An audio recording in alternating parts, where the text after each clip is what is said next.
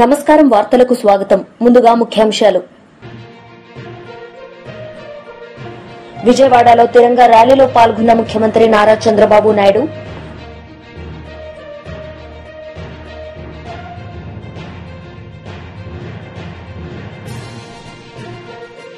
కేంద్ర మంత్రి కిషన్ రెడ్డి మీడియా సమావేశం, పలు అంశాలపై వివరణ. ఇందిరమ్మ ప్రభుత్వం పేదల ప్రభుత్వమని మంత్రి పొంగులేటి అన్నారు. కుంటాలలో భూభారతి చట్టంపై రైతులకు అవగాహన కల్పించారు. ఆయనకు ఇన్ఛార్జ్ మంత్రి సీతక్క, ఎమ్మెల్యే రామారావు పటేల్ ఘన స్వాగతం పలికారు. గత ప్రభుత్వంలోని ధరణి చట్టం ద్వారా అనేక ఇబ్బందులు పడ్డ తెలంగాణ రైతుల కష్టాన్ని చూసి ప్రభుత్వం భూభారతి చట్టాన్ని అమల్లోకి తెచ్చిందన్నారు.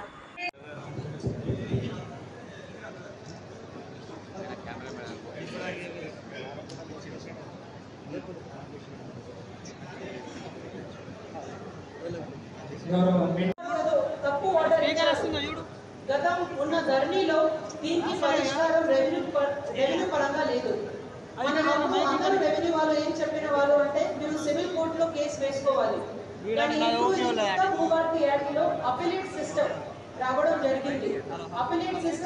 జరిగింది. కాబట్టి ఏమాత్రం ఏదో ఆర్డర్ రాంగ్ ఇచ్చారు, మీరు ఆర్డీఓకి అపీల్ చేసుకోవచ్చు. వాళ్ళు కూడా 30 రోజులు 60 రోజులు ఖచ్చితంగా అపీల్ కి ఆర్డర్ ఇవ్వాల్సింది. అది చాలా ఇంపార్టెంట్ కీలక అంశం. అట్లాగే ఒకవేళ ఆర్డీఓ కూడా తప్పు ఆర్డర్ ఇచ్చారు, మీరు కలెక్టర్ కి అపీల్ చేసుకోవచ్చు. ఒకవేళ మీ కలెక్టర్ కూడా తప్పు ఆర్డర్ ఇచ్చారు, మీరు ట్రిబ్యునల్ కి చేసుకోవచ్చు. అంటే మీ జిల్లా లెవెల్లో 4 లెవెల్స్ లో అపీల్ వ్యవస్థ రావడం జరిగింది. ఇది కొత్త భూభారతి యాక్ట్ లో. ఇది కూడా ఒక మంచి సూచన మీకు తెలియజేస్తున్నాను సార్. అట్లాగే మన జిల్లాలో ఈ రోజు వరకు మన కుంతాలలో ఒక మోడల్ పైలట్ స్టార్ట్ చేయడం జరిగింది. ఈ కుంతాల మోడల్ పైలట్ లో ఈ మండలంలో 16 విలేజెస్ ఉన్నాయి. 16 విలేజ్ లో మనం 3 టీమ్ ఏర్పాటు చేయడం జరిగింది. ఆ 3 టీమ్ లీడర్స్ తహసీల్దార్ ఆధ్వర్యంలో చేయడం జరిగింది. ఆ టీం వాళ్ళు ప్రతి విలేజ్ లో పోయి అప్లికేషన్ తీసుకోవడం జరిగింది.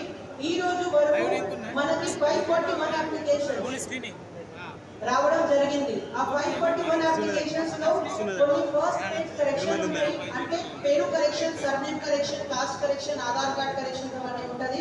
కొన్ని మనకి మిస్సింగ్ సర్వే కరెక్షన్ ఉన్నాయి 10% వరకు. ఆర్ఎస్ఆర్ ఎక్స్టెండ్ కరెక్షన్ 10% వరకు రావడం జరిగింది. సాదా బయానామా కరెక్షన్స్ 15% వరకు రావడం జరిగింది. సో ఇప్పుడు మన డీటెయిల్ గా ఇప్పుడు మన రెవెన్యూ వాళ్ళు ఇది అవన్నీ ప్రొఫైల్స్ చదువుతారు, అప్పుడు మనం తెలుసుకుంటాం. కానీ ఇది మోడల్ కుంతాల విలేజ్ తీసుకున్న తర్వాత నేను కూడా నా రెవెన్యూ సిబ్బంది కూడా ప్రతి విలేజ్ లో తిరిగారు. చాలా పాజిటివ్ గా ఫీడ్బ్యాక్ ఉంది. పబ్లిక్ ఇంకా ఏమి మీరు చేయగలుగుతారా, మన దగ్గర వస్తున్నారు, మన దగ్గర అడుగుతున్నారు. అండ్ అప్లికేషన్ కూడా మన హెల్ప్ డెస్క్ పెట్టడం జరిగింది. సో ఆ హెల్ప్ డెస్క్ లో కూడా మీకు ఏమేమి మీరు పేపర్స్ పెట్టాలి, సక్సెషన్ ఉంటేనే, వారసత్వం ఉంటేనే మీరు ఏం పేపర్ పెట్టాలి, సాధారణ ఉంటే మీరు ఏం పేపర్ పెట్టాలి, వాళ్ళు కూడా ప్రాపర్ గా గైడెన్స్ చేయడం జరిగింది. కాబట్టి మనకి అప్లికేషన్ సంఖ్య కూడా మంచిగా వచ్చింది. ఇంకా రావాల్సింది ఉంది. మనకి ఇప్పుడు కూడా ఇది సేమ్ మోడల్ పైలట్ విలేజ్ ఎప్పుడు కూడా నడుస్తుంది. ఇంకా రాబోయే కొన్ని రోజు మనం అక్కడ హెల్ప్ డెస్క్ కూడా పెట్టడం జరుగుతుంది. ఎవరైనా అప్లికేషన్ మిస్ అయింది, మీరు కూడా ఖచ్చితంగా అప్లికేషన్ ఇవ్వాలి. సో సార్, మన నిర్మల్ జిల్లాలో భూభారతికి ఫీడ్బ్యాక్ చాలా మంచిగా ఉంది. ప్రజలకి చాలా ఆశ ఉంది సార్. అండ్ డెఫినెట్ గా రెవెన్యూ తరఫు నుంచి మన అందరూ వాళ్ళ ఆశ నిలబడతాం. అండ్ మన డెఫినెట్ గా చాలా వరకు వాళ్ళ ఇష్యూస్ సాల్వ్ చేస్తాం. ఈ రోజు యాజ్ ఆన్ డేట్ మన first page correction almost 70 proceedings ready చేసి పెట్టాము సార్. అంటే ఎవరైనా అప్లై చేశారు అప్పుడే మనం క్రాస్ చెక్ చేసి వాళ్ళ నేమ్ కరెక్షన్స్ అవన్నీ చిన్న చిన్న ఇష్యూస్ మన ప్రొసీడింగ్స్ చేసి కూడా రెడీ పెట్టాము. ఆర్ఐలు కూడా ఇక్కడ ఉన్నారు సార్. మీరు అంటే మీ చేతి నుంచి వాళ్ళకి కూడా ఇది మీటింగ్స్ అయిన తర్వాత మన ఆర్డర్ రెవెన్యూ మినిస్టర్ గారికి, పంచాయతీరాజ్ మినిస్టర్ గారికి, ఎమ్మెల్యే ఉదవ్ గారికి, ఎమ్మెల్యే ఖానాపూర్ గారికి, ఫార్మర్ మినిస్టర్ ఎల్లుమాచారి గారికి, టీఎంసీ చైర్మన్ గారు, సుజల గ్రంథాలయ సంస్థ చైర్మన్ గారు, కలెక్టర్ గారు, అడిషనల్ కలెక్టర్ గారు, వేదిక మీద ఉన్న ప్రజాప్రతినిధులు, అధికారులు అందరికీ, ఇక్కడ విచ్చేసిన అందరికీ నా నమస్కారాలు.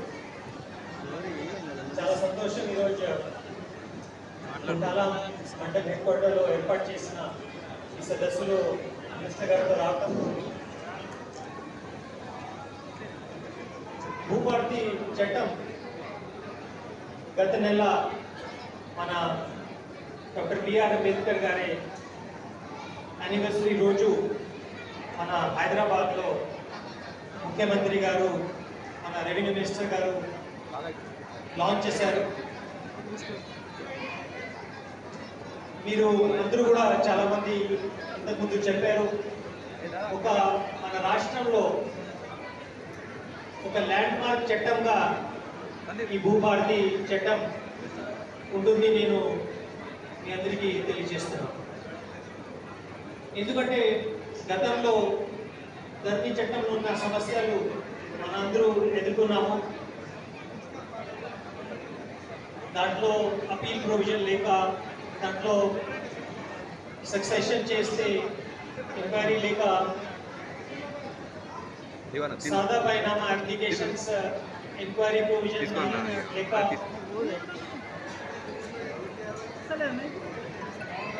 రికార్డులో ఉన్న తప్పులు అయితే కూడా చట్టంలో ఏవి కరెక్షన్ ప్రొవిజన్ లేక చాలా మనకు సమస్యలు గ్రౌండ్ లెవెల్లో మనకు వచ్చినాయి. అదేవిధంగా కోర్టు కేసెస్ కూడా చాలా పెరిగినాయి. ఎందుకంటే రెవెన్యూ సిస్టంలో ఇక్కడ అపీల్ ప్రొవిజన్ ఉండేది కాదు. అందుకే ఏదైనా సమస్య ఉంటే లోకల్ కోర్టు కానీ హైకోర్టుకి పోవాల్సిన అవసరం ఉండేది. అదేవిధంగా అన్ని అధికారాలు కూడా కలెక్టర్ వరకు లేకుంటే సీసీల వరకు ఉంటే చాలా మంది తిరగలేక బాగా పరేషాన్ అయ్యేవాళ్ళు. ఇవన్నీ సమస్యలు మనం నిజామాబాద్ జిల్లా బోధన్ రూరల్ పరిధిలోని సాలూర గ్రామం ఒంటిమిట్ట హనుమాన్ టెంపుల్ సమీపంలో 16/5/2025 అర్ధరాత్రి సమయంలో పోలీసుల ప్రత్యేక దాడిలో 25 లక్షల రూపాయల విలువైన 2500 గ్రాముల అల్ఫోజోలంను స్వాధీనం చేసుకున్నారు. MH14 HT 7889 నంబర్ గల స్కోడా కార్, 8 సెల్ ఫోన్లు, 2.5 రూపాయల లక్షల నగదు కూడా జప్తు చేశారు. ఈ కేసులో 5 మంది నిందితులు అరెస్ట్ అయ్యారు. ప్రధాన నిందితుడు అమర్ సింగ్ దేశ్ముఖ్ మహారాష్ట్రలో ఫార్మా కెమికల్ కంపెనీ నడుపుతూ ఇతరులతో కలిసి మాదక ద్రవ్యాల తయారీ సరఫరాలో నిమగ్నమయ్యాడు. అర్ధరాత్రి A1 నుంచి A5 వరకు నిందితులు కలిసి డ్రగ్ డీలింగ్ చేస్తుండగా పోలీసులు వారిని అడ్డుకున్నారు. కేసు సంఖ్య 148/2025 సెక్షన్లు 8(c), 22(c), 27A, 29 of NDPS act 1985 ప్రకారం నమోదు చేశారు. నిజామాబాద్ ANB బృందం మరియు బోధన్ రూరల్ పోలీసులు సంయుక్తంగా చేపట్టిన దాడిలో ఈ విజయాన్ని సాధించారు. పరారీలో ఉన్న నిందితుడు A6 విశ్వనాథ్, శిపంకర్ కోసం గాలింపు చర్యలు ముమ్మరం చేశారు. ప్రజలకు హెచ్చరిక. NDPS చట్టం ప్రకారం మాదక ద్రవ్యాల తయారీ, విక్రయం, రవాణా నేరం. తప్పక 10 ఏళ్ల జైలు శిక్ష లేదా మరణదండన వరకు శిక్షలు విధించబడొచ్చు. ప్రజలంతా మాదక ద్రవ్యాల ముప్పును అరికట్టడంలో పోలీసులకు సహకరించాలని పోలీస్ శాఖ విజ్ఞప్తి చేస్తుంది. అందరికీ నమస్కారం. ఇవాళ మన బోధన్ డివిజన్ ఫోర్స్ ఒక పెద్ద అల్ట్రోజలం గ్యాంగ్ని పట్టుకోవడం జరిగింది. మన ఏసీపీ బోధన్ శ్రీనివాస్ గారి ఆధ్వర్యంలో సిఐ బోధన్ రూరల్ విజయ్, తర్వాత ఎస్ఐ బోధన్ రూరల్ అందరూ కలిసి ఈ గ్యాంగ్ పట్టుకోవడం జరిగింది. దీంట్లో మనం 5గురిని పట్టుకోవడం జరిగింది. వీళ్ళ పేరు అమర్ సింగ్ దేశ్ముఖ్, బాబురావు బస్వరాజ్, షబీర్ అలీ, పష్మియా చౌదరి, మల్లెపుల లక్ష్మణ్ గౌడ్. ఈ 5గురిని పట్టుకున్నాను. ఇంకొకరు అబ్స్కాండ్ విశ్వనాథ్ శిపాన్కర్ అని. దీనిలో 5వ అతను మల్లెపుల లక్ష్మణ్ గౌడ్ అనే అతను నిజామాబాద్, మిగతా వాళ్ళందరూ మహారాష్ట్ర. నిన్న పట్టుకున్న మన ఆపరేషన్లో మనకి ఒక 2.5 కేజీల ఆల్ప్రోజోలం, అంటే దాని విలువ 25 లక్షల విలువ. తర్వాత ఒక స్కోడా కారు, 8 మొబైల్ ఫోన్లు, 2.5 లక్షల క్యాష్ కూడా దొరికింది. విషయానికి వస్తే ఇక్కడ A1 అమర్ సింగ్, తర్వాత A6 విశ్వనాథ్ శిపాంకర్ 2019 నుంచి పరిచయం. వీళ్ళకి ఒక మహారాష్ట్ర పూణేలో ఒక ఫ్యాక్టరీ ఉంది. యాక్చువల్లీ వాళ్ళు ఎరువులు మ్యానుఫ్యాక్చర్ చేసే ఫ్యాక్టరీ. దానికి డబ్బులు ఆశపడి ఒక 18 నెలల క్రితం నుంచి దాంట్లో ఉన్న కొన్ని రియాక్టర్స్ మార్చి దాని ద్వారా ఆల్ప్రోజోలం అంటే మత్తు పదార్థాన్ని మ్యానుఫ్యాక్చర్ చేయడానికి స్టార్ట్ చేశారు. దానికి మిగతా వాళ్ళు A2 అనే అతను, అదే బాబురావు బసవరాజ్ దానికి సహాయం చేశారు ఈ ఆపరేషన్లో. మిగతా వాళ్ళు షబీర్ అలీ అండ్ పరమేశ్వర్ విజయ్ వీళ్ళిద్దరూ ఈ డెలివరీ చేయడానికి, ట్రాన్స్పోర్ట్ చేయడానికి సహాయపడుతూ ఉండేవాళ్ళు. ఇక్కడ ఉన్న లక్ష్మణ్ గౌడ్ అనే అతను ఇక్కడ రెగ్యులర్ కస్టమర్. మాటికోసారి వెళ్ళి కేజీలో అట్లానే అల్ప్రోజోలం కొనుక్కుంటూ ఉంటారు. అట్లానే వీళ్ళు ఒక 18 నెలల నుంచి ఇట్లా ఆపరేషన్ చేస్తూ ఉన్నారు. మనకి ఇన్ఫర్మేషన్ TGANB వాళ్ళు మనకి ఇన్ఫర్మేషన్ ద్వారా మనకి ఇన్ఫర్మేషన్ మన లోకల్ పోలీసులు ఇన్ఫర్మేషన్ అంతా కలిసి నిన్న రాత్రి మనకి వచ్చిన ఇన్ఫర్మేషన్ ప్రకారం 11ంటికి ఒంటిమిట్ట హనుమాన్ టెంపుల్ జంక్షన్ ఏదైతే ఉందో హనుమంతుడి గుడి జంక్షన్ ఏదైతే ఉందో సాలూరాలో ఇక్కడ వచ్చి డెలివరీ చేస్తున్నారు, లక్ష్మణ్ గౌడ్ అని డెలివరీ తీసుకుంటానికి వెళ్తున్నారని మనకి ఇన్ఫర్మేషన్ రావడం, మనం అదే టైంకి అక్కడికి వెళ్ళి పట్టుకోవడం జరిగింది. పట్టుకున్నప్పుడు వీళ్ళ దగ్గర ఈ 2.5 కేజీలు చేతులు మారుస్తున్నాయి ఆ కార్లో కూర్చుని. సో అక్కడ అందరినీ మొత్తం పట్టుకొని మొత్తం లీగల్ గా వాళ్ళ మీద ఒక case crime number 148/2025 under section 8C 22C 27A 29 of NDPS act లో కేసు పెట్టడం జరిగింది వీళ్ళందరి మీద. దీనిలో ఒక అక్యూజ్డ్ విశ్వనాథ్ శిపాంకర్ అబ్స్కాండింగ్ ఉన్నాడు, అతను కూడా పట్టుకునే ప్రయత్నం చేస్తున్నాం. అయితే అందరికీ మన మీడియా మిత్రుల ద్వారా అందరికీ ఒక విజ్ఞప్తి, డ్రగ్స్ అనేది ఒక మహమ్మారి లాంటిది, మన సమాజాన్ని పాడు చేస్తూ ఉంటుంది. ఆ డ్రగ్స్ బారిన పడకుండా మన యువతని మన ప్రజల్ని కాపాడే బాధ్యత అందరిపైన ఉంటుంది. మీకు ఎటువంటి ఇన్ఫర్మేషన్ ఉన్నా, డ్రగ్స్ ఎవరైనా కన్జ్యూమ్ చేస్తున్నట్టు కానీ లేదంటే డ్రగ్స్ ఎవరైనా ఇస్తున్నట్టు కానీ ఎటువంటి ఇన్ఫర్మేషన్ ఉన్నా anti narcotics bureau toll free number ఉంది 1930 అని, అట్లానే మన తెలంగాణ మన డైల్ 100కి కానీ మీరు ఇంటిమేషన్ ఇవ్వాల్సిన కోరుకుంటున్నాం. డ్రగ్స్ రహిత సమాజం గురించి చాలా కష్టపడుతున్నాం. Anti narcotics bureau Telangana anti narcotics bureau state లెవెల్లో ఇంకా బయట రాష్ట్రాల్లో కూడా ఎక్కడైతే సప్లై చేస్తున్నా వాళ్ళ మీద కూడా నిఘా పెడతా ఉంది. అట్లానే మన నిజామాబాద్ పోలీస్ ఈ డ్రగ్స్ మీద చాలా సీరియస్గా ఉంది. అల్పదళం సెకండ్ కేసు లాస్ట్ 2 నెలల్లో, అల్పదళం కాకుండా మిగతా ఇటువంటి గంజాయి కానివ్వండి ఇంకేతర మాదక ద్రవ్యాలు కానీ ఎక్కడైనా వస్తున్నట్టు కానీ లేదంటే ఎవరైనా కన్జ్యూమ్ చేస్తున్నట్టు కానీ లేదంటే ఎవరైనా సప్లై చేస్తున్నట్టు కానీ మీకు ఎటువంటి ఇన్ఫర్మేషన్ ఉన్నా ప్లీజ్ మాకు ఇన్ఫర్మేషన్ పాస్ ఆన్ చేయండి. కన్జ్యూమర్స్ని శిక్షించడం ఏమి కాదు, వాళ్ళని రీహాబిలిటేషన్ పంపిస్తాం, వాళ్ళు తిరిగి మళ్ళీ సొసైటీలో తీసుకురావడానికి అన్ని ప్రయత్నాలు చేస్తాం. అట్లానే ఎవరైతే సప్లై చేసి మన పిల్లల భవిష్యత్తును చెడగొడుతున్నారో, మన యువతని చెడగొడుతున్నారో వాళ్ళ మీద కఠిన చర్యలు తీసుకుంటాం. డ్రగ్స్ అనేది ఎంత సీరియస్ అఫెన్స్, గవర్నమెంట్ కూడా మన NDPS యాక్ట్లో 31A సెక్షన్ కింద మరణ శిక్ష విధించేదానికి వెసులుబాటు ఉంది. అంత సీరియస్ ఇష్యూ ఇది డ్రగ్స్. ఒక తీవ్రవాదానికి మరణశిక్ష ఉంటుంది, అట్లానే బాగా గ్రేవెస్ట్ ఆఫ్ ది గ్రేవ్ అఫెన్సెస్కి మరణశిక్ష ఉంటుంది, అట్లాంటిది దీనికి ఇస్తున్నారు. సో అందరికీ విజ్ఞప్తి, అందరూ ఇటువంటి డ్రగ్స్ రహిత సమాజం కోసం అందరం కృషి చేద్దాం, అందరి సహాయం కావాలని కోరుకుంటున్నాను. ఇసుక మాఫియా అరాచకాలపై మీడియా నుంచి గట్టి ఎదురుదెబ్బ పడింది. నిజాన్ని వెలుగులోకి తీసుకురావడమే నేరమయ్యే పరిస్థితుల్లో జర్నలిస్టులపై దాడులు ప్రజాస్వామ్యాన్ని కల్లుబొర్ల చేస్తున్నాయి. నిజామాబాద్ జిల్లా బోధన్లో జర్నలిస్టు తారచంద్ను లక్ష్యంగా చేసుకుని క్వారీ నిర్వాహకులు చేసిన దౌర్జన్యం, ప్రజాస్వామ్యంపై జరిగిన ఘోర దాడి, అక్రమ ఇసుక రవాణా విషయాన్ని బహిర్గతం చేసినందుకే ఈ దుష్ట కృత్యం.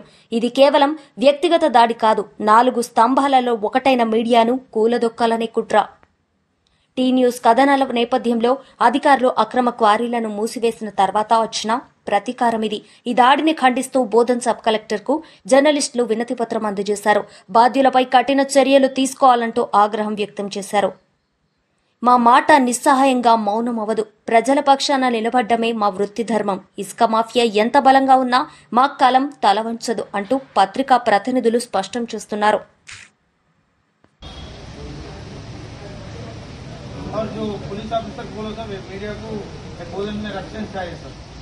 अब जिन लोग रोड पे आके ऐसा करें तो 1,000 आदमी मिलकर टिप्पर वो इलीगल चला माफिया पूरा रोडों पे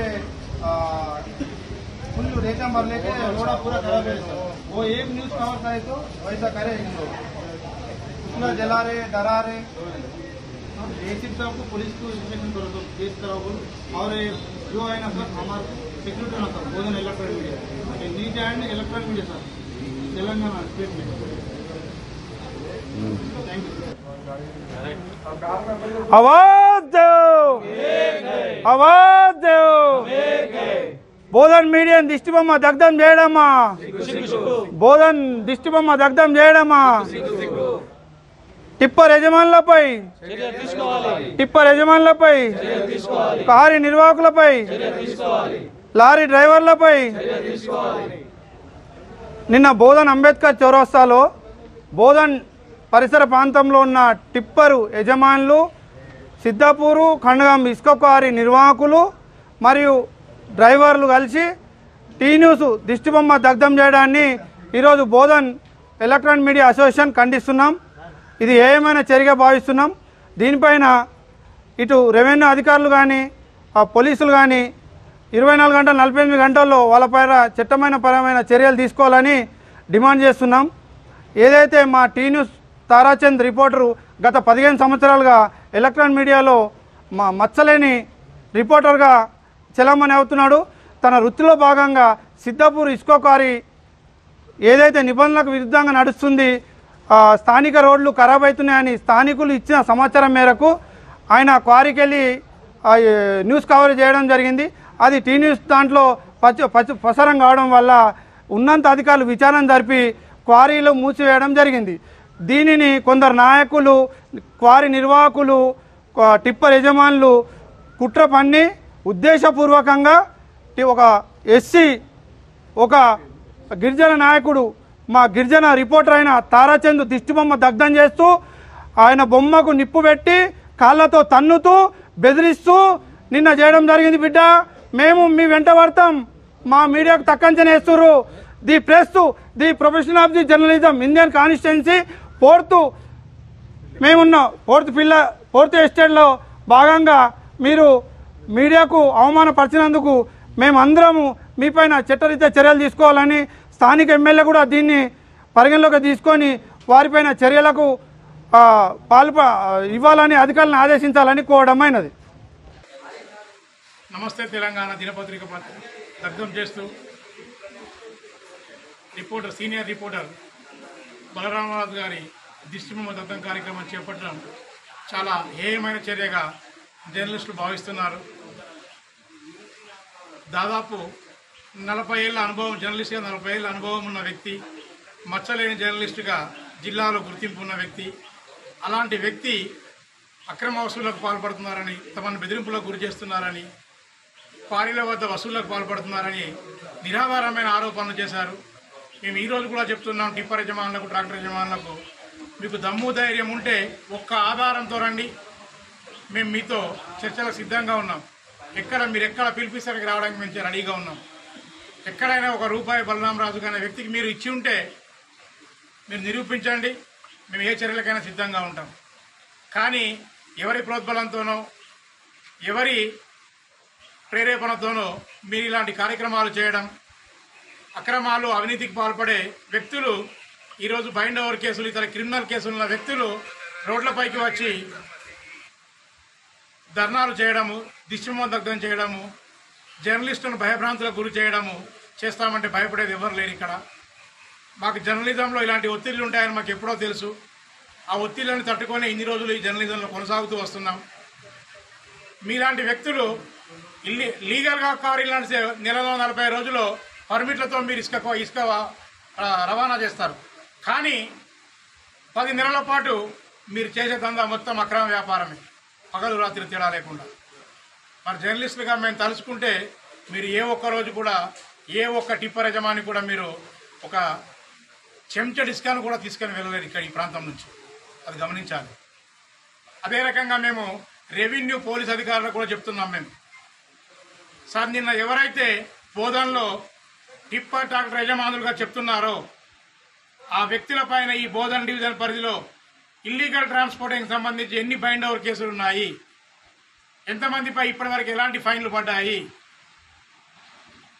మైన్స్ యాక్ట్ని ఉల్లంఘిస్తూ ఎన్ని టిప్పర్ల పైన, ఎంతమంది యజమానుల పైన జరిమానాలు వేయబడ్డాయో వీటన్నిటి మీరు చూసుకోవాలి, బహిర్గతం చేయాలి.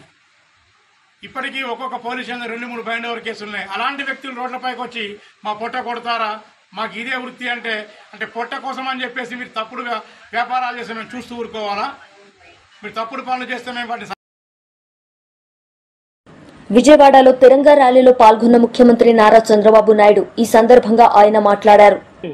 రూపొందించినటువంటి వ్యక్తి పింగళి వెంకయ్య ఈ ప్రాంతం వాడేనని చెప్పి మరొకసారి గుర్తిస్తున్నా.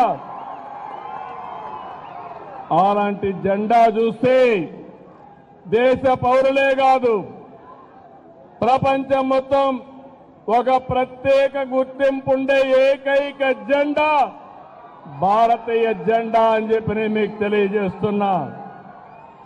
అందుకని మనందరం ఇక్కడ సమావేశమైంది. పహల్గాం అనంగానే మనలో రోషం వస్తుంది, కోపం వస్తుంది, ఉద్వేగం వస్తుంది. ఖబర్దార్ జాగ్రత్తగా ఉండమని హెచ్చరించే పరిస్థితి వస్తుంది. జరిగిన సంఘటన చూస్తే భార్య ముందరనే భర్తని, కొడుకు ముందరనే తండ్రిని మతం పేరడిగి చంపేశారు. ఇదెక్కడ న్యాయం అని నేను అడుగుతున్నా. అలాంటి సంఘటన దేశం మొత్తం ప్రతి ఒక్కరిలో కూడా ఒక ఆవేశం వచ్చింది. అంతేకాదు ఒక బాధ, ఒక పక్కన ఆవేదన కూడా వచ్చే పరిస్థితి వచ్చింది. ఇవన్నీ చూసిన తర్వాత ప్రధానమంత్రి నరేంద్ర మోడీ గారు ఆడబిడ్డల నుదుట తిలకంతుడు చేసిన ఒక్క ఉగ్రవాది భూమి మీద ఉండడానికి వీలు లేదని ఆపరేషన్ సింధూర్కు శ్రీకారం చుట్టారు. మీరు గుర్తుపెట్టుకోండి, మనం ఎప్పుడు కూడా వేరే దేశాలపైన యుద్ధానికి పోవడం లేదు. కానీ ప్రపంచాన్ని పట్టి పీడిస్తున్న సమస్య ఉగ్రవాదం. ఉగ్రవాదం పైన పోరాడే ఏకైక దేశం భారతదేశం, ఏకైక నాయకుడు నరేంద్ర మోడీ. అందుకని రక్షణ దళాలు ఉగ్రవాదుల్ని ఈ దేశానికి తిరిగి కన్నెత్తి చూడకుండా చేయాలని ఎక్కడున్నా వాళ్ళ మీద మన త్రివిధ దళాలు ధైర్య సాహసంతో ముందుకు పోయినాయి. ప్రపంచ చరిత్రలో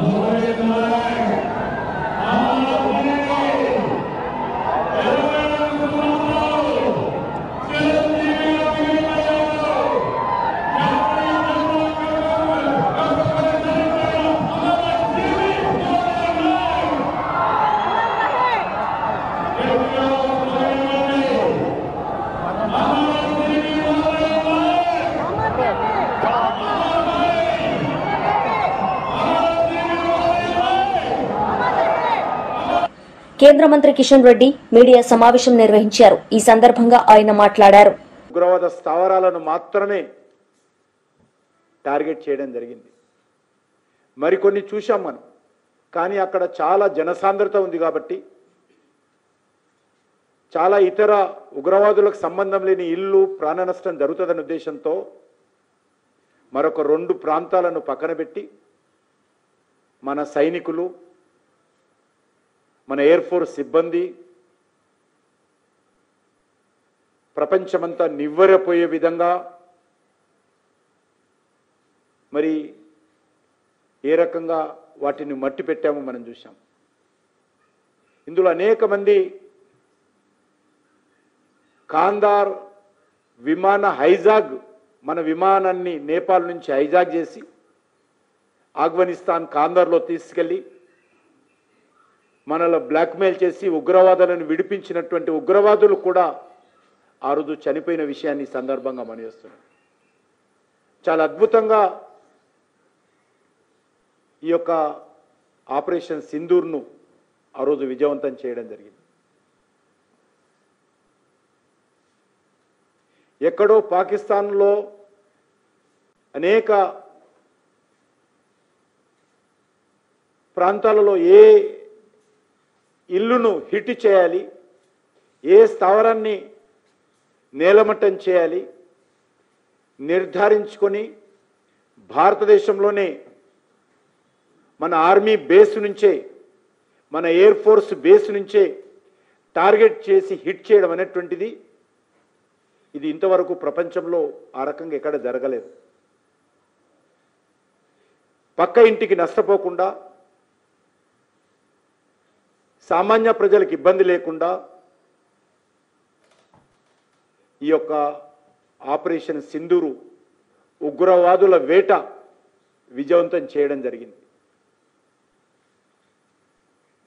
గతంలో కూడా మనకు తెలుసు, మన దేశంలో అనేక సార్లు ఉగ్రవాద కార్యక్రమాలు జరిగాయి. ఒకటి కాదు, రెండు కాదు, దశాబ్దాలుగా మనం ఉగ్రవాద కారణంగా మన దేశం బలవుతూ వస్తూ ఉంది. ఒక జమ్మూ కాశ్మీర్లోనే 46,000 మంది ఈ యొక్క పాకిస్తాన్ ఉగ్రవాద కార్యక్రమాల కారణంగా కానీ, ఇతర యుద్ధాల కారణంగా కానీ ఒక జమ్మూ కాశ్మీర్లోనే 46,000 మంది భారతీయులను బలివ్వాల్సి వచ్చింది. మన హైదరాబాద్ నగరంతో సహా అనేక రాష్ట్రాలలో పాకిస్తాన్ ఐఎస్ఐ ప్రేరిత ఉగ్రవాదులు ఏ రకంగా దేశ సమగ్రతను, సమైక్యతను, మత సామరస్యాన్ని దెబ్బతీసే ప్రయత్నము, అమాయకుల ప్రాణాలు తీసేటువంటి ప్రయత్నము పాకిస్తాన్ చేసిందో మనం అందరం కూడా నగ్న సత్యంగా మనమే స్వయంగా సాక్షులం. మన హైదరాబాద్ నగరంలో సెక్రటరియట్ ఎదురుగా లుంబిని పార్కులో ఏ రకంగా బాంబు పేలులు చేశారో, అదే రోజు కోటిలోని చాట్ బండార్లో ఏ రకంగా బాంబు పేలులు చేశారో మనకందరికీ తెలుసు. దిల్సుఖ్నగర్ సాయిబాబా టెంపుల్ దగ్గర ఏ రకంగా అమాయకులను హత్య చేశారో మనకందరం చూశాం. మనం స్వయంగా సంఘటన జరిగిన 10 నిమిషాల్లో నేను కూడా ఆ రోజు ఆ సంఘటన దగ్గరికి వెళ్ళాను. Within 10 minutes ACP IPS officer Krishnaprasad మెహందీపట్నంలో AK-47తో ఏ రకంగా చంపారో మనం చూశాం. మా భారతీయ జనతా పార్టీ కార్పొరేటర్ నందరాజు గౌడ్ను అంబర్పేటలో ఏ రకంగా పాకిస్తాన్ మాజీ మంత్రి పేర్ని నాని మీడియా సమావేశం నిర్వహించారు. ఈ సందర్భంగా ఆయన మాట్లాడారు. రాసినా కూడా అంటే స్కిల్ డెవలప్మెంట్ అనేది ఎంత చిన్న వ్యవస్థ. దానిలో ముఖ్యమంత్రి అనేవాడు 5 సార్లు 6 సార్లు మీటింగ్లు పెట్టి, ప్రత్యేకమైన మీటింగ్లు పెట్టి డబ్బు ఇచ్చేయండి, డబ్బు ఇచ్చేయండి, డబ్బు ఇచ్చేయండి అని చెప్పని సంతకాలు పెట్టి, ఎవడు పెట్టాడు ఈ సంతకాలు? నువ్వే కదా, ఫైల్ నీయే కదా. స్కిల్ డెవలప్మెంట్ లో సంతకాలు ఎవడే? నువ్వే సంతకాలు పెట్టావు, పేమెంట్ ఇచ్చేయమని చెప్పి. వాళ్ళు చెప్తున్నారు, అయ్యా ఇది ఇంతవరకు ఎక్కడ సెంటర్లో ఓపెన్ చేయలేదు, పిల్లలకి ఎక్కడ నైపుణ్యం ఇంకా నేర్పించలేదు, ఎంతమందికి నేర్పించారనే లెక్కలు కూడా మన దగ్గర లేవు కదా. కనీసం ఒక్కసారి చూద్దామన్నా కూడా నోరు మూసుకొని నేను చెప్తున్నాను, ముఖ్యమంత్రిగా చెప్తున్నాను, ఇచ్చేయండి, డబ్బులు ఇచ్చేయండి, డబ్బులు ఇచ్చేయండి. క్లియర్ గా ఆఫీసర్లు అందరూ రాశారు. ఈ పద్ధతులు ఆచరించాల్సినప్పటికీ ఈ రాష్ట్ర అధినేత అయిన ముఖ్యమంత్రి గారి ఆదేశం మేరకు డబ్బు చెల్లించేస్తున్నామని చెప్పని చెల్లించేశారు. ఇది దొరికావు. అప్పుడు అంతే కదా, ఆత్రమారి పెళ్లి కొడుకు ఏదో చేశాడన్న సామెతగా అతను ఎవరినో బ్యాగులు ఇచ్చి పంపించావు. మొత్తం సినిమాల్లో దొరికిపోయారు మీరు కెమెరాలకి.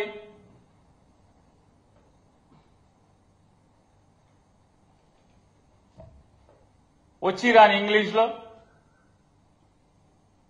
అవర్ పీపుల్ బ్రీఫ్డ్ మీ, నువ్వు ఓటేయి మనం చూసుకుంటా, నేను చూసుకుంటా అని చెప్పి మాట్లాడిని తంతు అంతా కూడా.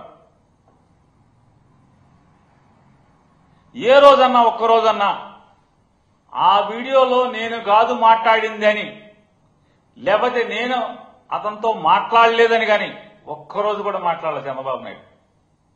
కట్ అండ్ పేస్ట్ అంటాడు తప్పితే నేనేం చేయలేదు, నేను డబ్బులు పంపలేదు ఎవరిని, నేను మాట్లాడలేదు అసలు అని ఒక్కరోజు కూడా మాట్లాడలేదు.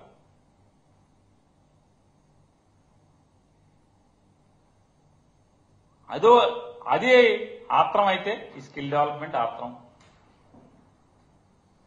ఇటువంటి తప్పులు చేసి పాపాలు చేసి దొరికింది చంద్రబాబు నాయుడు. ఈ లిక్కర్ కేసులో ఎక్కడన్నా జగన్మోహన్ రెడ్డి గారి సంతకం, లేదా ధనంజయ రెడ్డి గారి సంతకం, లేదా ఓఎస్డి కృష్ణమోహన్ రెడ్డి గారి సంతకాలు, లేదా ఇలా చేయని వ్యాపారం అనే ఆదేశాలు ఇస్తూ ఎక్కడన్నా రాతపూర్వకమైన ఆదేశాలు ఎక్కడన్నా ఉన్నాయా? పోనీ ఏ అధికారైనా ఇలా తప్పు జరిగిందని చెప్పని ఎవడని చెప్పాడా? అప్పట్లో పనిచేసినటువంటి ఏపీ బెవరేజెస్ కార్పొరేషన్ ఎండీని విపరీతంగా మీ పోలీసులు సిట్టు, ఎవడా ఏ సిట్ అంటే అసలు మామూలుగా జగన్మోహన్ రెడ్డి గారి ప్రభుత్వం పడిపోయి చంద్రబాబు నాయుడు రాగానే వెంటనే సిఐడికి ఒక అధికారిని వేశారు, వినీత్ బ్రిజ్లాల్ అనేటువంటి ఒక అధికారిని వేశారు. ఆయనకి ఆగస్టు మాసంలోనే ఎప్పుడనో నికార్స్ అయిన ఒక ఆఫీసర్ ఉన్నాడు, చరిత్ర పుటల్లో నిలిచిపోతాడు. చాలా పెద్ద ఆఫీసర్, ఎలక్షన్లు నడిపాడు, తర్వాత సారాకి సెక్రటరీగా వచ్చాడు. అసలు అతని గురించి స్టోరీలు చెప్పుకోవాలి, మామూలు స్టోరీలు కాదు. అతను తంతు, అతను 2024 యాసకాలం వరకు అతను చేసిన తంతులు, అతను వన్నెలు చిన్నెలు, అదో పెద్ద పుస్తకం రాసేయచ్చు అసలు మామూలుగా. అతను సారాకి సెక్రటరీగా వచ్చాడు. ఆ సారాకి సెక్రటరీగా వచ్చి సారా శాఖకి ఎవరో ఒక అతను పిటిషన్ ఇచ్చాడంట, సారాలో అక్రమాలు జరిగినాయని. వెంటనే నాకు వారం రోజుల్లోపు కావాలని 9 రోజులు ఆయన దగ్గర పెట్టుకుని, ఓ వారం రోజులు నాకు 9 రోజుల్లో నాకు ఇచ్చేయండి అని చెప్పి కిందకి రాస్తాడు. 9 రోజుల్లో కింద నుంచి పైకి వచ్చేస్తాడు. వెంటనే అతను సిఐడికి కంప్లైంట్ పెట్టేస్తాడు. సిఐడి ఎఫ్ఐఆర్ కడుతుంది సెప్టెంబర్ మాసంలో లేనప్పుడు. ఆ వినీత్ బ్రిజ్లాల్ అనే ఆయన CID boss. BRS leader media సమావేశం నిర్వహించారు. ఈ సందర్భంగా ఆయన మాట్లాడారు. ఇవాళ స్కూల్ ఫీజుల విషయంలో అట్లనే ఉంది, ఇవాళ ఇంటర్మీడియట్ విద్యా విషయంలో అట్లనే ఉంది, డిగ్రీ కాలేజీలో అట్లనే ఉంది, ఇంజనీరింగ్ కాలేజీలో మాత్రం ఇక చెప్పుకోనే పరిస్థితే లేదు. ఇవాళ టీఏఎఫ్ఆర్స్ కోసం చాలా కాలేజీలు వాళ్ళందరూ రిపోర్ట్లు ఇచ్చారు. మాకు కాలేజీ ఫీజు పెంచాలని చెప్పి ప్రతి కాలేజీ కూడా, ఇంజనీరింగ్ కాలేజీ ప్రతి కాలేజీ కూడా దాదాపు 175 కాలేజీలకు పైగా వాళ్ళందరూ కూడా ఇవాళ టీఎఫ్ఆర్స్కి దరఖాస్తు చేసుకున్నారు మా ఫీజులు పెంచాలని చెప్పి. మాకు ఫ్యాకల్టీ రేట్లు పెంచడం, జీతాలు పెంచడం, ఉద్యోగుల జీతాలు పెంచడం, ల్యాబులు పెంచడం చెప్పి రకరకాల అన్ని ఒక కొటేషన్లు ఇచ్చి ఇలా పెంచాలంటే ఇవాళ ఈ రాష్ట్ర ప్రభుత్వంలోని పెద్దలను ఆకట్టుకొని వాళ్ళ సహకారంతో ఇవాళ ఫీజులను 2,30,000 ఉన్న ఇంజనీరింగ్ కాలేజ్ ఫీజును ఇవాళ 2,60,000 ఉన్న ఇంజనీరింగ్ కాలేజ్ ఫీజును ఇవాళ 2,40,000 రూపాయలకు పెంచడానికి ఇవాళ ప్రభుత్వం సిద్ధమైనట్టుగా ఇవాళ మా దృష్టికి వచ్చింది. చాలా ఇంజనీరింగ్ కాలేజీలు పేదవాడు చదువుకోవాలంటేనే ఇవాళ భయపడే పరిస్థితి ఉన్నది. మంచి ర్యాంక్ వచ్చిన విద్యార్థి కూడా 15,000, 20,000, 30,000 ర్యాంక్ వచ్చిన విద్యార్థులు కూడా ఇవాళ ఉన్నత మంచి కాలేజీలో ఒక స్టాండర్డ్ ఉన్న కాలేజీలో చదువుకుందామంటే కూడా పేదవాళ్ళు ఇవాళ చదువుకునే పరిస్థితి లేదు.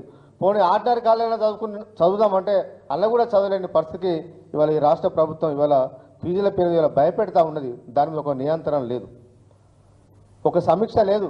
ముఖ్యమంత్రి గారు విద్యాశాఖను తన దగ్గరే పెట్టుకున్నారు, కానీ ఇంతవరకు ఇంజనీరింగ్ కాలేజీకి సంబంధించి ఇవాళ రిజల్ట్ వచ్చింది, వాటి మీద ఒక సమీక్ష నిర్వహిస్తాం, అసలు ఎంత ఫీజు ఉండాలి, ఎంత ఫీజు తగ్గాలి, దాని మీద ఒక్కరోజు కూడా ముఖ్యమంత్రి గారు సమీక్ష చేయలే. అసలు దానికి తీరిక లేదు. అందాల పోటీల మీద ఉన్న ఆసక్తి ముఖ్యమంత్రి గారికి ఈ రాష్ట్రంలోని ఫీజుల నియంత్రణ మీద, ఫీజులు తగ్గియాలా, దాని మీద మెరుగైన విద్యను అందించాలన్న దాని మీద ముఖ్యమంత్రి గారికి సోయినట్టుగా ఎక్కడ కనిపిస్తలేదు. ఎప్పుడు నిర్ణయం తీసుకుంటావు, ఎప్పుడు సమీక్ష చేస్తామని చెప్పి వాళ్ళ రాష్ట్రంలోని చాలామంది పేద కుటుంబాలందరూ ఎదురు చూస్తూ ఉన్నారు. ఒక దిక్కు ఇంజనీరింగ్ కాలేజీల స్టేట్మెంట్లు ఫోన్ చేసి అడుగుతూ ఉన్నారు. క్వాలిఫై అయిన విద్యార్థులందరూ ఫోన్ చేసి మా కాలేజీలో జాయిన్ కాండి, 10 లక్షలకే డొనేషన్, 15 లక్షల డొనేషన్ చెప్తా అంటే విద్యార్థుల తల్లిదండ్రులందరూ భయపడతా ఉన్నారు. మరి వీటన్నిటికీ ముగింపు ఇవ్వాల్సిన బాధ్యత ఈ రాష్ట్ర ప్రభుత్వం మీద లేదని చెప్పి ఇవాళ మేము ప్రశ్నిస్తూ ఉన్నాం. ఒక సామాన్యుడు ₹1,00,000 పెట్టి ప్రతి సంవత్సరం ₹1,00,000 పెట్టి చదువుకునే స్తోమత ఉన్నదా? కాబట్టి ప్రభుత్వం ఇప్పటికైనా ఇంజనీరింగ్ కాలేజీల యాజమాన్యాలకు తలొక్కకుండా వాళ్ళు ఇచ్చే డబ్బుల కోసం కక్కుర్తి పడకుండా ఫీజు రింబర్స్మెంట్ వాళ్ళు అడుగుతున్నారని చెప్పి మీరు ఎంతైనా పెంచుకోండి, ఫీజు రింబర్స్ మాత్రం అడగకండి అనే విధంగా ఇవాళ రాష్ట్ర ప్రభుత్వం ధోరణి ఉన్నట్టుగా ఇవాళ కనిపిస్తూ ఉన్నది. కాబట్టి ప్రభుత్వం ఇప్పటికైనా అధికారులతో చర్చించి ఫీజులను తగ్గించండి. 2001 నుంచి ఇప్పటి వరకు టీఎఫ్ఆర్సీ వాళ్ళు ఫీజులు పెంచుకోవడం జరిగింది. ఇప్పుడు మళ్ళీ పెంచడానికి వాళ్ళు రెడీ అయిపోయారు. ఇప్పుడు అసలు ఈ కాంగ్రెస్ ప్రభుత్వం వచ్చిన తర్వాత ప్రజల కొనుగోలు శక్తి ఏమైనా పెరిగిందా? ప్రజల ఆదాయం ఏమైనా పెరిగిందా? ఏమైనా ఉద్యోగులకు, ప్రైవేట్ ఉద్యోగులకు ఏమైనా జీతాలు ఏమైనా యాజమాన్యాలు పెంచిరా? ఎందుకు ఈ ఫీజులు పెంచాలి? ఎందుకు పెంచాలి? దీని మీద ప్రశ్నించాల్సిన బాధ్యత, అడగాల్సిన బాధ్యత, నియంత్రించాల్సిన బాధ్యత రాష్ట్ర ప్రభుత్వానికి లేదా? ముఖ్యమంత్రి రేవంత్ రెడ్డి గారికి లేదా? ఎందుకు సోయలేనట్టుగా వ్యవహరిస్తూ ఉన్నారు? దోచుకుంటే ప్రజలనే దోచుకుంటారు కదా, మాకేం సంబంధం అన్నట్టుగా ఇవాళ రాష్ట్ర ప్రభుత్వం వ్యవహరిస్తూ ఉన్నది. మేమే రాష్ట్ర ప్రభుత్వం పూర్తిగా ₹1,00,000 కానీ 2 లక్షలు కానీ పూర్తి స్థాయి ఫీజులు మేము భరిస్తలేం కదా, కట్టుకుంటే ప్రజలే కట్టుకుంటారు, మాకేందన్నట్టుగా ఇవాళ రాష్ట్ర ప్రభుత్వం వ్యవహరిస్తూ ఉంది. ఇలాంటి వ్యవహారం మంచిది కాదని చెప్పి ఈ ప్రభుత్వాన్ని మేము కోరుతా ఉన్నాం. నిజంగా మీకు చిత్తశుద్ధి ఉంటే ఎన్నికల ముందు మీరు ఏదైతే హామీ ఇచ్చారో ఆ హామీని నిలబెట్టుకోండి. పేదవాళ్ళ మీద భారం పడకుండా మీ పాలన ఉండాలని చెప్పి ఇవాళ మేము కోరుతా ఉన్నాం. ఇవాళ ముఖ్యమంత్రి గారు చాలా బిజీగా ఉన్నారు. అన్ని శాఖలను తన దగ్గరనే పెట్టుకున్నారు. కీలకమైన శాఖలన్నీ తన దగ్గరనే పెట్టుకున్నారు. మున్సిపల్ తన దగ్గరనే పెట్టుకున్నారు. విద్యాశాఖను కీలకమైన శాఖలను తన దగ్గరనే పెట్టుకున్నారు. కానీ ఇవాళ పరిపాలన మీద మాత్రం దృష్టి పెట్టట్లేదు. విద్యాశాఖ మీద, ముఖ్యమైన విద్యాశాఖ మీద మాత్రం ముఖ్యమంత్రి గారు దృష్టి పెట్టక అప్పుడప్పుడు శ్రీధరబాబు గారికి అప్పచెప్తా ఉన్నారు. నీకు కష్టమైతే శ్రీధరబాబు గారికి విద్యాశాఖను అప్పచెప్పండి, లేదంటే మరో మంత్రికి అప్పచెప్పండి. ఇట్లా చూసి చూడనట్టుగా వివరించడం వల్ల పేదవాళ్ళు నష్టపోతున్నారన్న విషయాన్ని ముఖ్యమంత్రి గారు ఇప్పటికైనా గ్రహించాలని చెప్పి ఈ ప్రభుత్వాన్ని డిమాండ్ చేస్తూ ఉన్నాం. ఇవాళ మీరు నెగ్లిజెన్స్గా మీరు వ్యవహరిస్తే ఇవాళ నష్టపోయేది పేద ప్రజలు.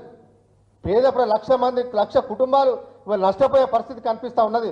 1,00,000 కుటుంబాల మీద ఆర్థికపరమైన వేళ భారం పడబోతుంది. కాబట్టి దీన్ని నియంత్రించాల్సిన బాధ్యత ఈ రాష్ట్రంలోని పెద్దనగా ముఖ్యమంత్రి గారి ఉంది. కాబట్టి ఇప్పటికైనా ప్రభుత్వం దిగివచ్చి ఈ ఫీజుల నియంత్రణ మీద ప్రభుత్వం దృష్టి పెట్టాలని చెప్పి మేము కోరుతా ఉన్నాం.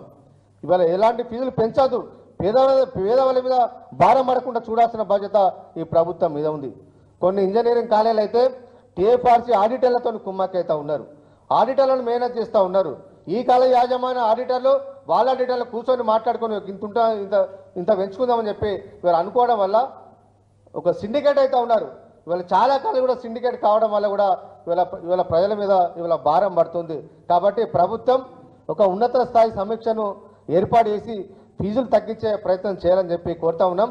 ఎవరైతే దొంగ రిపోర్ట్లు తయారు చేసిరో, కాలేజీ యాజమాన్యాలు దొంగ రిపోర్ట్లు తయారు చేసిరో వాటన్నిటిపైన ప్రభుత్వం ఉన్నత స్థాయి సమీక్ష నిర్వహించి ఆడిటింగ్, థర్డ్ పార్టీ ఆడిటింగ్ చేసి ఎవరైతే తప్పుడు రిపోర్ట్లు ఇచ్చిరో, తప్పుడు ఎక్కువ జీతాలు, తక్కువ జీతాలు ఇచ్చి కూడా ఎక్కువ జీతాలు ఇచ్చినట్టు వాళ్ళు రిపోర్ట్లు టీఎఫ్ఆర్సీకి సమర్పించారో వాటి అన్నిటి మీద సమగ్రమైన విచారణ జరిపించి తప్పు చేసిన ఆడిటర్లు అందరినీ వాళ్ళ లైసెన్స్ రద్దు చేయాలని చెప్పి ఇవాళ మేము ప్రభుత్వాన్ని డిమాండ్ ఇస్తా ఉన్నాం.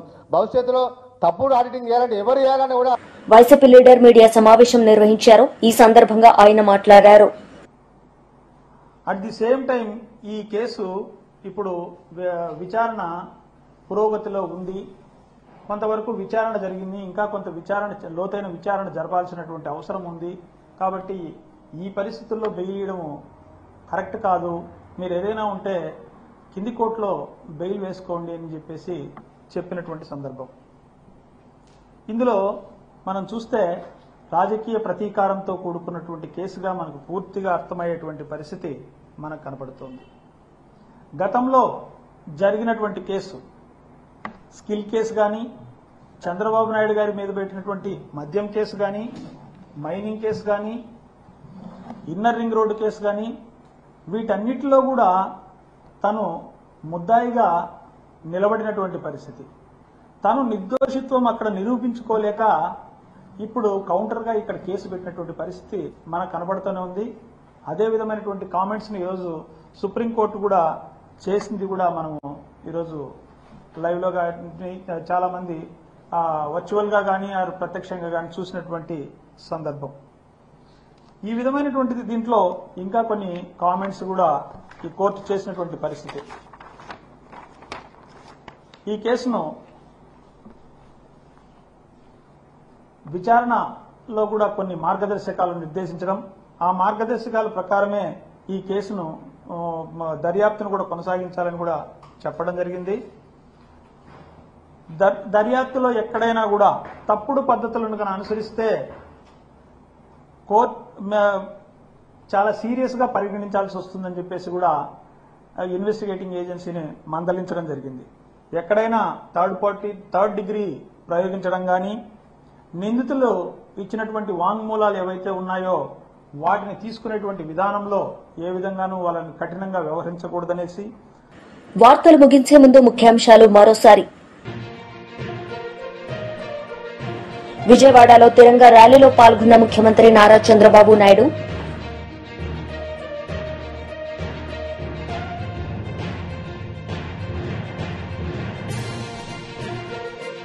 కేంద్ర మంత్రి కిషన్ రెడ్డి మీడియా సమావేశం, పలు అంశాలపై వివరణ. ఈ వార్తలు ఇంతటితో సమాప్తం. తిరిగి ప్రసారమయ్యే వార్తల్లో మళ్లీ కలుద్దాం. అంతవరకు సెలవు. నమస్తే.